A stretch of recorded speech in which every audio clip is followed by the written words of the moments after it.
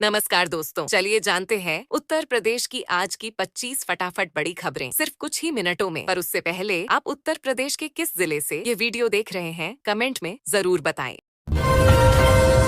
UP के श्रावस्ती जिले में 13 साल की बच्ची ने एक नवजात बच्चे को जन्म दिया, जिससे इलाके में हड़कंप मच गया। जांच में खुलासा हुआ कि बच्ची के साथ कुछ गलत हुआ था। पुलिस ने मामला दर्ज कर आरोपी की तलाश शुरू कर दी है। बच्ची और बच्चा दोनों अस्पताल में भर्ती हैं। हालत फिलहाल स्थिर बताई जा रही है।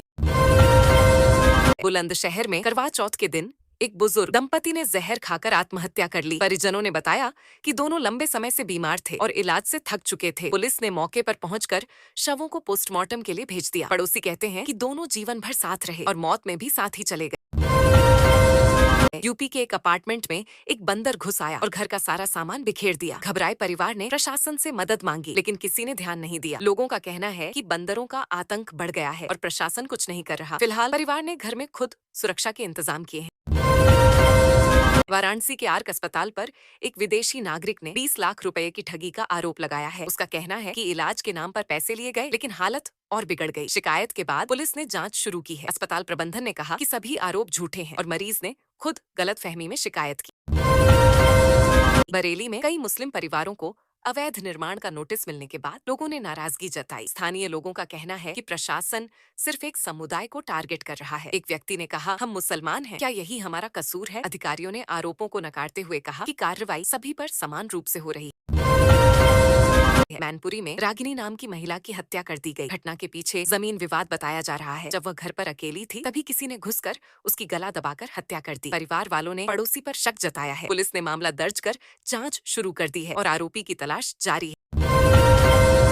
बुलंदशहर के एक पुलिस अधिकारी की बेटी अनुकृति तोमर ने यूपीएससी परीक्षा पास कर आईएएस बनने का सपना पूरा किया। उसके परिवार में खुशी का माहौल है। अनुकृति ने बताया कि उसने पहली ही कोशिश में यह सफलता हासिल की। पिता ने कहा कि यह हमारी मेहनत का नहीं, बेटी की लगन का नतीजा है। कासगंज में एक महिला की हत्या के मामले ने सनसनी फैला दी है। जांच में पता चला कि सास और दामाद के बीच अवैध संबंध थे। पत्नी के विरोध करने पर उसकी हत्या कर दी गई। पुलिस ने दोनों को गिरफ्तार कर लिया है। पूरे इलाके में इस घटना के बाद लोगों में गुस्सा और हैरानी का माहौल है। योगी सरकार ने पराली जलाने वालों पर सख्त कार्रवाई के निर्देश दिए हैं। जिलाधिकारियों को आदेश मिला है कि ऐसे किसानों पर जुर्माना लगाया जाए। प्रशासन ने कहा कि पराली जलाने से प्रदूषण बढ़ता है और फसल की गुणवत्ता पर असर पड़ता है। किसानों से वैकल्पिक उपाय अपनाने की अपील की गई है। यूपीपीएससी ने पीसीएस प्रारंभिक परीक्षा की गाइडलाइन जारी कर दी है। अभ्यर्थियों को परीक्षा केंद्र पर फोटोयुक्त पहचान पत्र, एडमिट कार्ड और नीली स्याही का पेन लाना अनिवार्य होगा। आयोग ने कहा कि परीक्षा में किसी भी प्रकार की नकल या इलेक्ट्रॉनिक गैजेट्स का प्रयोग पूरी तरह प्रतिबंधित रहेगा। आगरा में एक नाबालिग लड़की के साथ 1 महीने तक दुष्कर्म करने का मामला सामने आया है। पीड़िता ने पुलिस को बताया कि शिकायत करने पर उसे धमकाया गया। पहले पुलिस ने मामला टाल दिया था, लेकिन अब आरोपी के खिलाफ एफआईआर दर्ज कर ली गई है। लड़की को मेडिकल जांच के लिए भेजा गया है। दिवाली से पहले यूपी आवास विकास परिषद ने घर और जमीन खरीदने वालों के लिए ई नीलामी का मौका दिया है। लोग ऑनलाइन आवेदन कर सकते हैं। परिषद का दावा है कि किफायती दरों पर फ्लैट और प्लॉट उपलब्ध कराए जाएंगे। अधिकारी ने बताया कि पारदर्शी प्रक्रिया के तहत यह योजना लागू की जा रही है। मौसम विभाग ने अगले 48 घंटे में मॉनसून की वापसी की संभावना जताई है। कई जिलों में हल्की बारिश हो सकती है। तापमान में कमी आने की उम्मीद है। किसानों को सलाह दी गई है कि फसलों की कटाई के दौरान सावधानी बरतें। मौसम विशेषज्ञों ने कहा कि ये बारिश ठंड के आगमन का संकेत हो सकती है। योगी सरकार ने किसानों के लिए फ्री बोरिंग योजना शुरू की है। इसके तहत छोटे और सीमांत किसानों को मुफ्त बोरिंग सुविधा दी जाएगी, ताकि वे अपनी खेती के लिए पर्याप्त पानी प्राप्त कर सकें। आवेदन प्रक्रिया ऑनलाइन शुरू हो चुकी है। सरकार का कहना है कि इस योजना से किसानों की उत्पादन लागत कम होगी। गोरखपुर मेडिकल कॉलेज में प्लास्टिक सर्जरी के लिए जोंक थेरेपी का अनोखा तरीका अपनाया जा रहा है। डॉक्टरों ने बताया कि जोंक से रक्त संचार बेहतर होता है और मरीज जल्दी ठीक होते हैं। ये थेरेपी प्राचीन आयुर्वेद पद्धति पर आधारित है। अस्पताल प्रशासन का कहना है कि परिणाम काफी सकारात्मक मिले।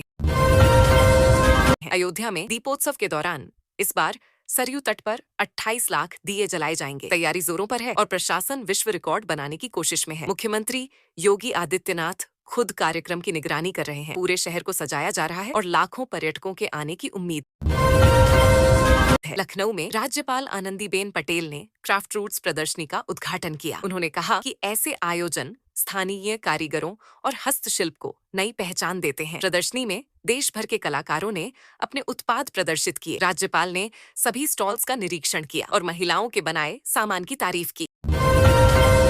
इलाहाबाद में जेल से छूटे एक कैदी ने अकाउंटेंट की चेकबुक चुराकर उसका अकाउंट खाली कर दिया। आरोपी ने ऑनलाइन ट्रांसफर के जरिए लाखों रुपए निकाल लिए। पुलिस ने जांच शुरू कर दी है और आरोपी की तलाश जारी है। बैंक ने ग्राहकों को अपने खाते की सुरक्षा को लेकर सावधान रहने की सलाह दी है। मुख्यमंत्री केशव प्रसाद मौर्य बुद्ध के पवित्र अवशेषों को लेकर रूस गए हैं। उन्होंने कहा कि यह भारत की संस्कृति और करुणा का प्रतीक है। वहां आयोजित बौद्ध सम्मेलन में अवशेषों का प्रदर्शन किया जाएगा। मौर्य ने कहा कि यह यात्रा भारत और रूस के सांस्कृतिक रिश्तों को और मजबूत करेगी। मुलायम सिंह यादव की पुण्यतिथि पर समाजवादी कार्यकर्ताओं ने उन्हें श्रद्धांजलि दी। अखिलेश यादव ने कहा कि नेताजी की राह पर चलना ही सच्ची श्रद्धांजलि है। पूरे प्रदेश में साइकिल यात्रा और सेवा कार्यक्रम आयोजित किए गए। लोगों ने कहा कि मुलायम सिंह ने गरीबों और किसानों की आवाज हमेशा बुलंद की। मुख्यमंत्री योगी आदित्यनाथ आज गाजीपुर दौरे पर हैं। वह यहां विकास कार्यों का निरीक्षण करेंगे और संत रविदास मंदिर में दर्शन करेंगे। इसके बाद वह प्रबुद्ध जन सम्मेलन को संबोधित करेंगे। सुरक्षा के कड़े इंतजाम किए गए हैं। प्रशासन ने कहा कि मुख्यमंत्री का दौरा जिले के विकास योजनाओं की समीक्षा के लिए महत्वपूर्ण है। अखिलेश यादव का फेसबुक अकाउंट कुछ समय के लिए ब्लॉक हो गया, जिसके बाद समाजवादी कार्यकर्ताओं ने नाराजगी जताई। मेटा ने बाद में तकनीकी गलती बताते हुए अकाउंट बहाल कर दिया। अखिलेश ने कहा कि सोशल मीडिया प्लेटफॉर्म्स को निष्पक्ष रहना चाहिए और लोकतंत्र में सभी आवाजों को बराबर मौका मिलना चाहिए। हाथरस में शोरूम संचालक की हत्या के मामले में पुलिस ने आरोपी महिला पूजा शकुन पांडे को गिरफ्तार कर लिया। वह पहले से ही कई मामलों में वांछित थी। पूछताछ में उसने अपराध कबूल किया है। पुलिस का कहना है कि हत्या आपसी विवाद के चलते की गई थी। पूरे शहर में इस घटना की चर्चा है। माघ मेला 2026 के लिए रेलवे ने तैयारी शुरू कर दी है। इस दौरान बड़ी संख्या में श्रद्धालुओं के आगमन को देखते हुए 150 MEMU ट्रेनें चलाई जाएंगी। रेलवे अधिकारियों ने कहा कि स्टेशन पर सुविधाएं बढ़ाई जाएंगी। प्रयागराज प्रशासन ने कहा कि मेला क्षेत्र में सुरक्षा और व्यवस्था के लिए विशेष प्लान बनाया जा रहा है। लखनऊ के JPNIC भवन पर अखिलेश यादव को रोकने के लिए पुलिस बल तैनात किया गया। समाजवादी पार्टी कार्यकर्ताओं ने विरोध प्रदर्शन किया। प्रशासन ने कहा कि कानून व्यवस्था बनाए रखने के लिए ये कदम उठाया गया है। बाद में स्थिति नियंत्रण में आ गई। पुलिस ने प्रदर्शनकारियों से शांति बनाए रखने की अपील की।